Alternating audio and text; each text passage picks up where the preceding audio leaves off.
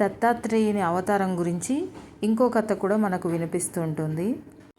ఒకరోజు త్రిమూర్తి భార్యలైన లక్ష్మి, సరస్వతి మరియు పార్వతిల మధ్య ఒక వివాదం జరుగుతుంది.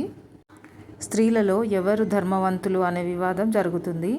అప్పుడు నారదుడు అనసూయ స్త్రీలందరిలోనే సద్గుణ స్త్రీ అని చెప్తాడు. సతీ అనసూయను పరీక్షించడానికి త్రిదేవులు తమ భర్తలైనటువంటి త్రిమూర్తులను కోరుతారు.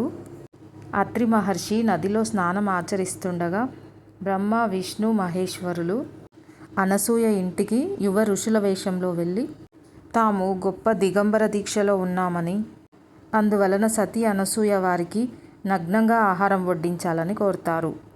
అప్పుడు అనసూయాదేవి తన దివ్య దృష్టితో వచ్చిన వారు త్రిమూర్తులు అని తెలుసుకొని తన ధర్మం తప్పకుండా అతిథి సత్కారంలో లోటు లేకుండా ఒక ఉపాయం ఆలోచించింది. కమండలంలోని నీరు వారిపై చల్లి వారిని బాలురుగా మారుస్తుంది. అతిథులని చిన్న పిల్లలుగా మార్చి వారిని తన పిల్లలుగా భావించి నగ్నంగా తల్లిపాలు తాగించి తన ధర్మం పాటిస్తుంది. నదీ స్నానానికి వెళ్ళి వచ్చిన అత్రి మహర్షుల వారు జరిగిందంతా తన దివ్య దృష్టితో తెలుసుకొని స్తోత్రాన్ని పాడతాడు. ఆ స్తోత్రానికి మెచ్చిన త్రిమూర్తులు నిజరూపంలో దర్శనమిచ్చి వరం కోరుకోమంటారు. సంతానాపేక్షతో ఉన్న మాకు మీరే పుత్రులుగా జన్మించి మమ్మల్ని ఉద్ధరించండి కోరుతాడు.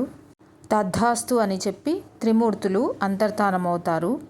ఆ విధంగా మార్గశిర పౌర్ణమి రోజు దత్తాత్రేయుడు బ్రహ్మ, విష్ణు, మహేశ్వరుల అంశతో అత్రి అనసూయ దంపతులకు జన్మిస్తాడు.